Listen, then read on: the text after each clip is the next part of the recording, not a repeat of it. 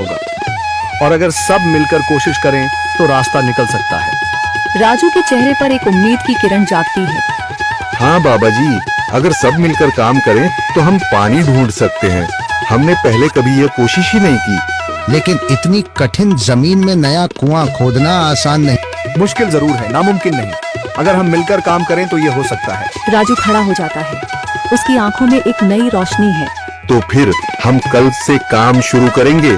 मैं गांव के सभी युवाओं को इकट्ठा करूंगा।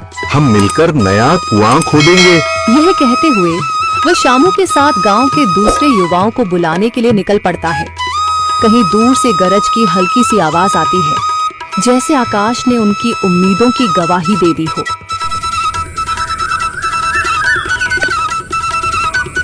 अगली सुबह राजू और शामू गांव के युवाओं को इकट्ठा करने निकल पड़े। चौधरी महेश की हवेली के सामने एक भीड़ जमा है। बाबा जी, संदरी, गांव के कुछ बुजुर्ग और किसान सभी मौजूद हैं। हम हाथ पर हाथ रखकर नहीं बैठ सकते। अगर अल्लाह ने हमें हिम्मत दी है तो हमें खुद पानी के लिए मेहनत करनी होगी। हम एक नया कुआं खोदेंगे। लेकिन राजू, क्या हमें यकीन है कि वहाँ पानी मिलेगा? बेटा, पानी जमीन के अंदर होता है, बस सही जगह खोदने की जरूरत है। हमने अपने बुजुर्गों से सुना था कि पुरानी नहर के पास जमीन नरम थी, शायद वहीं पानी हो। बाबा जी सही कह रहे हैं। अगर तुम सब यह काम करने के लिए तैयार हो तो मैं अपने कुछ मजदूर भेज सकता हूँ। धन्यवाद चौधरी जी, लेकिन हम सब खुद भी मेहनत करेंगे। यह हमारे गांव के अस्तित्व की लड़ाई है। संदरी, जो अब तक चुप थी, आगे बढ़ती है। हम औरतें भी पीछे नहीं रहेंगी। हम पानी लाने की व्यवस्था करेंगी, खाना बनाएंगी, ताकि तुम सब आराम से काम कर सको। यही हिम्मत चाहिए थी संदर। पूरा गांव एक नई उम्मीद के साथ कुआं खोदने की तैयारी में जुट जाता है। दूसरी ओर कुआं खोदने का काम शुरू हो चुका है। राजू, शामू और दूसरे युवा बेलचे चलाने लगते हैं। मिट्टी बाहर निकाली जाने लगती है। तेज गर्मी के बावजूद सब पूरी हिम्मत के साथ जुटे हुए हैं। दोपहर की तेज धूप जमीन आग की तरह तप रही है।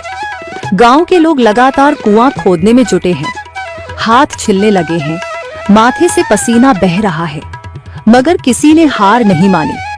महिलाएं पानी और सत्तू लेकर आती हैं ताकि पुरुषों को कुछ राहत मिले। हमें और गहराई तक जाना होगा। अब तक सिर्फ सूखी मिट्टी और पत्थर ही निकल रहे हैं। राजू, यह बहुत कठिन काम है। अगर हमें पानी न मिला? अल्लाह मेहनत करने वालों को कभी निराश नहीं करता बेटा। तुम सब अपनी कोशिश जारी रखो, पानी जरूर निकलेगा। हिम्मत मत हारो। अगर अब रुक गए तो फिर कभी पानी नहीं मिलेगा। सभी फिर से जोश में आकर काम में जुट जाते हैं, मगर सूरज की तपिश बढ़ती जा रही है और कई लोगों की सांसें तेज चलने लगती हैं। तभी एक तरफ से रामलाल और उसके आदमी हंसते हुए आते हैं। अरे भाई, तुम्हें लगता है कि जमीन तुम पर रहम करेगी? हाँ हाँ, ना समझ लोग, ये सब बेकार की मेहनत है। रामलाल, हमारा हौसला मत तोड़ो। अगर तुम मदद नहीं कर सकते तो कम से कम मजाक भी मत उड़ाओ। मदद? हाँ, मैं अपने कुएं का पानी बेच सकता हूँ, मगर मुफ्त में नहीं दूंगा। राजू सब अनसुना कर फिर काम में लग जाता है। शाम होने लगती है, लेकिन अभी तक पानी का नामो निशान नहीं।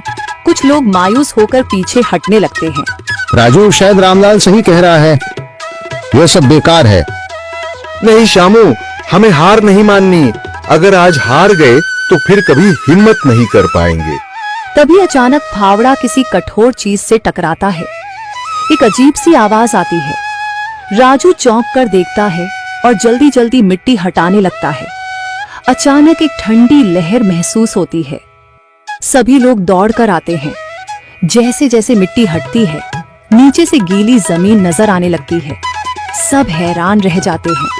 सुभान अल्लाह, मैंने कहा था ना, अल्लाह हमारी मेहनत को झाया नहीं करेगा। राजू और बाकी सभी जोर लगाते हैं। कुछ ही पलों बाद अचानक मिट्टी के नीचे से पानी की एक छोटी सी धारा फूट पड़ती है। गांव वाले खुशी से चिल्ला उठते हैं। पानी, पानी निकल आया। यह अल्लाह की कुदरत है रामलाल, जिस पर तुम्हें यकीन नहीं था। पूरा गांव आनंद से झूम उठता है। लोग एक दूसरे को बधाइयां देते हैं। औरतें दुआ करने लगती हैं। कुछ दिन बीत चुके हैं।